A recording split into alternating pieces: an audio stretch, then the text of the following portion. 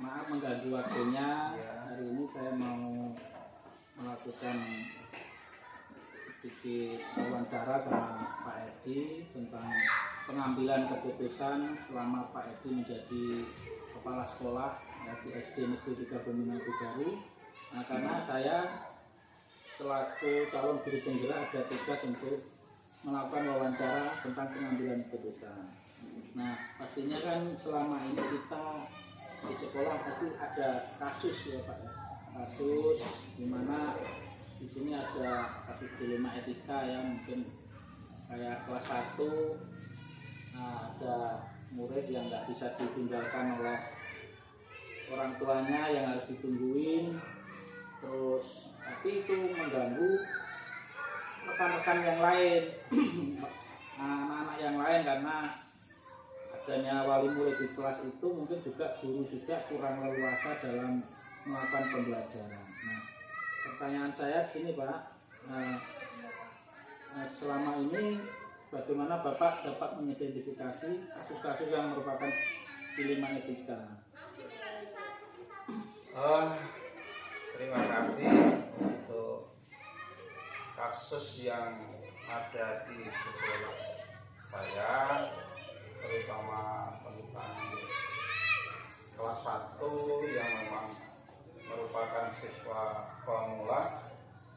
Ini banyak sekali masih ditunggui oleh orang tua, baik itu ibunya atau kakaknya atau bapaknya. Ini akan mengganggu suasana belajar di sekolah yang lebih besar seperti halnya kelas 2, kelas 3. Namun kebetulan sekolah kami ini mempunyai ruang yang cukup sehingganya bisa kami tempatkan di tempat yang agak jauh dan bisa meminimalisir gangguan di kelas yang lain. Oh iya Pak, jadi intinya nanti ada solusi dalam permasalahan. Nah terus Pak, dalam pengambilan keputusan itu, dimana kan yang jelas itu kasusnya ada kepentingan yang sama-sama benar Pak ya, ketika yang tadi murid yang ditungguin wali muridnya karena kalau ditinggal kan anaknya nangis, tapi di satu sisi itu mengganggu kawan-kawannya. Nah, terus di sini keputusan apa atau pengambilan keputusan apa yang Bapak lakukan untuk masalah ini? Yang paling bijak untuk mengambil keputusan agar jangan sampai ada yang merasa tersisihkan dari kedua kepentingan itu. Ini kita menggunakan cara musyawarah. Kita panggil dua orang atau kelompok yang mempunyai dua kepentingan yang sebenarnya sama-sama benarnya, tapi perlu ada kebijakan agar jangan sampai kedua belah itu merasa tersisihkan, dan supaya kepentingan itu terjaga dengan baik maka perlu dimusyawarahkan. Jadi keputusan kita ambil dengan jalan musyawarah agar keduanya tidak menimbulkan benturan kepentingan. Oke, jadi intinya dalam mengambil keputusan kita mengadakan musyawarah lah ya. Musyawarah. Nah, terus selanjutnya langkah-langkah atau prosedur apa yang Bapak lakukan selama ini untuk penyelesaian masalah ini atau pengambilan keputusan? Yang pertama, untuk sebelum melangkah, kami biasakan berunding dengan Dewan Guru bagaimana cara bentuk penyelesaiannya.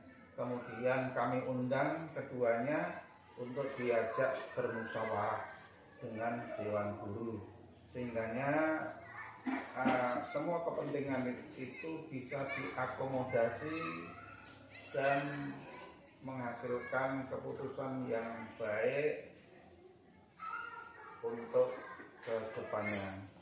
Oke Pak, terima kasih.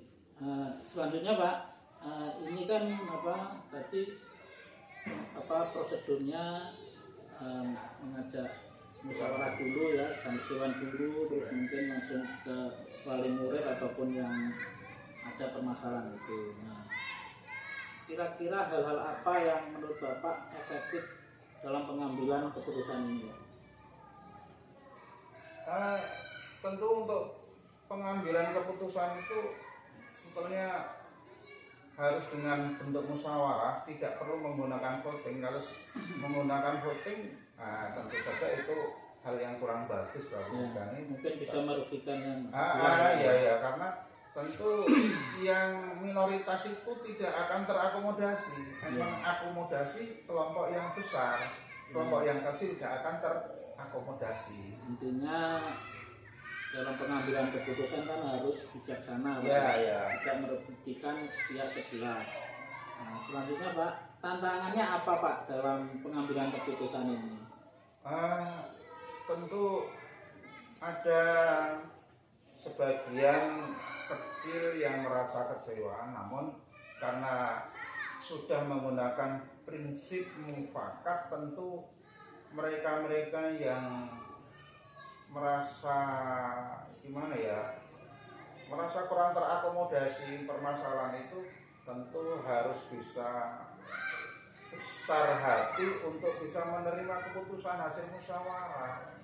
Ini jadi harus ada suatu bimbingan arahan bahwa ini sudah hasil keputusan bersama, ayo kita hormati keputusan hasil musyawarah tersebut. Yaitu pengarahannya atau bimbingannya bisa dikatakan bimbingan kepada kelompok-kelompok atau orang-orang tersebut, atau konseling lah, ada konselingnya. Oke. Jadi tantangannya seperti itu Pak ya. Nah, terus adakah jadwal khusus Pak untuk melakukan supervisi atau dalam penyelesaian masalah? Untuk penyelesaian dari intern sekolah sendiri sudah terbiasa bahwa setiap ada suatu masalah ini kita ada musyawarah, tiap bulan kita adakan musyawarah ataupun secara periodik. Oke, jadi mungkin ada survei seminggu sekali ataupun sebulan ataupun bahkan mungkin tiap hari Pak ya.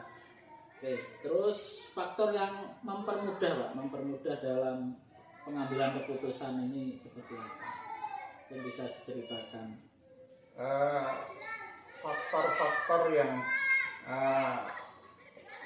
bisa kami gunakan ini diantaranya kawan-kawan muda diajak berunding, kemudian karena khususnya untuk internal, ini guru-guru itu kan tiap hari ketemu, sehingga setiap ada masalah kita rundingkan, kita selesaikan dalam waktu itu, tidak berlarut-larut. Sehingga ini sangat mudah sekali karena memang sudah biasa. Ini khususnya untuk yang internal loh, yang internal sekolah ya, untuk yang internal sekolah jelas karena tiap hari ketemu, setiap ada masalah kita kumpul, kita bicarakan, kita selesaikan. Oke, baik Pak. Nah, selanjutnya Pak, pertanyaan terakhir. Dari semua yang telah Bapak sampaikan, pembelajaran apa yang dapat kita petik dari pengalaman selama Bapak mengambil keputusan di sekolah kita ini Pak? Jadi dengan mengambil keputusan secara musyawarah mufakat ini dari kita yang ada di sekolah ini mempunyai kewajiban bersama, mempunyai tanggung jawab bersama. Jadi istilahnya semua warga istilahnya andarbeni, sehingganya kegiatan sekolah ini tidak ada yang merasa berat untuk melaksanakan. Karena apa? Setiap masalah kita selesaikan dengan musyawarah. Tidak ada yang keberatan lah, ya. Tidak ada berat hati. Ini tidak merugikan dari pihak manapun. Ya. Oke Pak, mungkin ini saja yang bisa saya tanyakan. Mohon maaf sudah menyita waktunya. Terima kasih sebelumnya Pak. Kita cukupkan. Terima kasih Pak. Ya.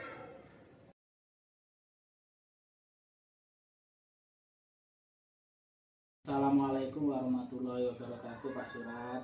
Waalaikumsalam warahmatullahi wabarakatuh. Mohon maaf mengganggu nih Pak waktunya ya. Enggak apa-apa Mas, enggak apa-apa. Oke, gimana Pak kabarnya? Alhamdulillah sehat. Alhamdulillah. Nah, kemarin kan saya sudah menghubungi Bapak bahwasanya saya mau datang ke sini mau melakukan wawancara ya Pak ya.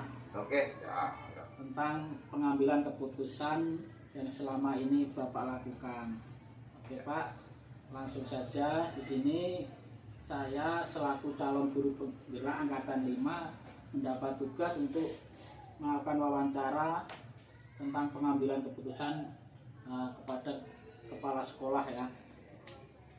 Ini mohon waktunya agar lancar dalam kegiatan saya untuk pengambilan tugas. Langsung saja Pak, ini menurut Bapak cara mengidentifikasi kasus-kasus yang berkaitan dengan dilema etika seperti apa? Mohon diceritakan. Begini Mas, dari setiap sekolah itu pasti memiliki masalah, memiliki kasus.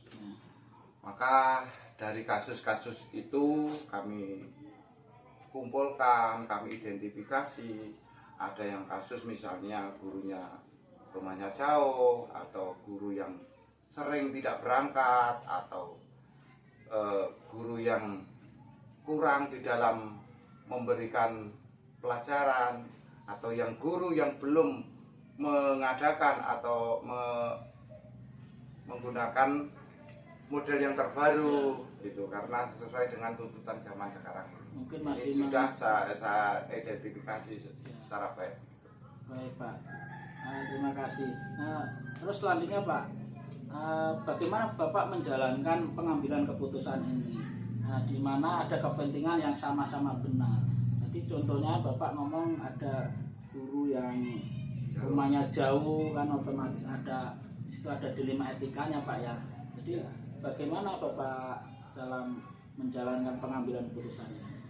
Oke Pak, dari identifikasi tadi kami untuk yang guru jauh ini sudah tidak ada masalah, karena beliau ya kalaupun tidak berangkat itu pasti ada kendala, misalnya ban kempes, cuman sudah memberi informasi sebelumnya. Jadi Pak, mohon maaf ini terlambat karena ada kendala di jalan. Nah itu sudah kami identifikasi. Cuman untuk keaktifannya selama ini yang guru jauh ini tadi itu bagus. Oke, baik Pak. Terus langkah-langkah prosedur seperti apa yang bisa lakukan Bapak untuk pengambilan keputusan itu? Untuk saya mengambil keputusan itu dari identifikasi. Setelah identifikasi kita cari akar masalahnya. Akar masalah. Nah, setelah cari akar masalah, cari solusi. Ya, solusinya. Solusi yang belum, artinya belum fit. Ya. Nah, solusi sementara. Nah, setelah solusi sementara baru kita mencari jalan keluar yang terbaik, yang tidak merugikan di kedua belah pihak atau yang tidak merugikan yang lain. Memihak sebelah gitu. Nah, maksud saya memihak sebelah. Oke Pak. Terus selanjutnya langkah efektif dalam pengambilan keputusan ini yang paling efektif yang Bapak terapkan yang seperti apa? Untuk ini kami mengadakan pendekatan, Pak. Pendekatan dengan yang bermasalah. Artinya kalaupun ada guru yang bermasalah, kami dekati dari 4 mata terlebih dahulu. Nah, kita beri peringatan, gitu. Terus 1 kali, 2 kali, 3 kali. Kalaupun sudah tidak ada peningkatan, tidak ada perubahan, nah, baru kami mengambil keputusan untuk tindak lanjut. Ada tindak lanjutnya lah, ya, Pak ya. Ya. Oke, terus selanjutnya Pak, kira-kira ada tantangan apa dalam pengambilan kasus ini Pak? Oke, untuk pengambilan kasus ini tantangannya banyak sekali sebenarnya, karena main perasaan Pak. Ya betul. Nah, rasa tidak enak, rasa menyinggung, yang jelas ada ketidakterimaan atau tidak ya. Itu pasti ada. Namun kita cari solusi yang terbaik, yaitu kita 4 mata itu. Ya. Itu. Terus ada kiat-kiat khusus apa Pak? Apa jadwal tertentu untuk monitoring tentang masalah ini? Mungkin sehari, apa seminggu atau gimana sampai monitoring guru-guru itu atau yang kaitannya dengan permasalahan yang Bapak alami selama ini? Oke. Untuk ini ada kiat-kiatnya, yaitu kami memang secara tidak langsung itu mengambil observasi dengan pengamatan. Walaupun pengamatan kami belum membawa atau tidak membawa format, tetapi kami sudah mengadakan pengamatan. Oh, guru si A ini begini, oh guru si B begini, kaitan dengan disiplin kerja, gitu Pak. Terus untuk menangani artinya ke kasus-kasus yang lain pun seperti itu, kita cari yang mudah dulu baru ke yang sulit itu. Oke, jadi ada kegiatan monitoring lah Pak ya intinya. Ada, ya. Nah, terus Pak selanjutnya ada faktor-faktor seseorang ataupun apapun itu yang mempermudah Bapak dalam mengambil keputusan ini? Yang jelas untuk mempermudah keputusan ini karena kami lakukan yaitu dengan pendekatan, sistem pendekatan. Ya. Informasi atau kesulitan-kesulitan apa sebenarnya yang mengganggu dari masalah itu tadi. Jadi kita ajak berembuk atau musyawarah yang jelas. Oke, jadi apa yang mempermudah intinya kita berembuk musyawarah lah Pak ya. Ya. Ini pertanyaan terakhir Pak, pertanyaan pamungkas ini ya. Ya. Dari sekian yang sudah Bapak sampaikan tadi, pembelajaran apa yang dapat kita petik Pak untuk pengalaman dalam pengambilan keputusan yang Bapak terapkan selama ini? Yang jelas begini, di dalam kita menentukan keputusan itu perlu adanya musyawarah untuk mufakat. Musyawarah mufakat. Nah, musyawarah mufakat itu antara yang bermasalah atau dengan pihak yang lain. Itu kita harus bertemu, harus mufakat, menyinggung perasaan atau tidak dan sebagainya. Oke, jadi intinya apa pelajaran yang kita petik dari ini untuk menyelesaikan masalah yaitu kita harus bermusyawarah ya, untuk nanti ke depan mengambil keputusan itu biar bijaksana, tidak memihak sebelah. Intinya seperti itu. Memang seperti itu Pak, saya tambahkan. Jadi untuk memecahkan masalah itu kita harus komunikasi. Ya, komunikasi memang penting Pak itu. Ya, intinya kita harus komunikasi itu. Dari kedua belah pihak dikomunikasikan. Kalau nggak ada komunikasi, semuanya tidak akan bisa selesai. Itu Pak. Oke, baik Pak. Surat ini sudah cukup. Saya mohon maaf jika ada kata-kata yang salah dan saya mengucapkan terima kasih yang sedalam-dalamnya. Monggo tidak ada yang salah dan terima kasih Pak, sama-sama.